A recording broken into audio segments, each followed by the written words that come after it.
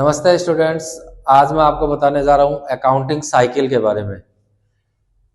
Accounting cycle का मतलब ये होता है कि जब बिजनेस में सबसे पहले फाइनेंशियल ट्रांजैक्शन जिनको मनी में मेजरमेंट करते हैं वो ट्रांजैक्शन आते किए जाते हैं और फिर उनको सबसे फर्स्ट टाइम जर्नल में रिकॉर्ड किया जाता है।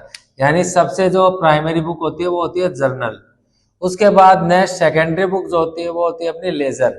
लेजर में जितनी भी आपने जर्नल की है उनको सेम एंट्रियों को एक ही प्लेस पर लिखा जाता है। यानी अगर आपने सेल की है तो सारी सेल को एक जगह लिखा जाएगा, वो होता है आपका लेजर। जस्ट उसके बाद बनता है end of the year trial balance. Trial balance जिसको तलपट बोलते हैं, जिसमें लेजर्स के सारे बैलेंस जितने भी हैं वो बैलेंस शो किए जाते हैं। एंड ऑफ द ईयर अपने बिजनेस में कितना प्रॉफिट या लॉस हुआ है उसकी during the year financial performance देखी जाती है, वो होती है trading and profit and loss से। और उसके बाद लास्ट में बैलेंस शीट जो कि अपनी फाइनेंशियल पोजीशन को शो करता है। यानी ये जो अकाउंटिंग ईयर है ये मोस्टली जनरली एक साल का होता है।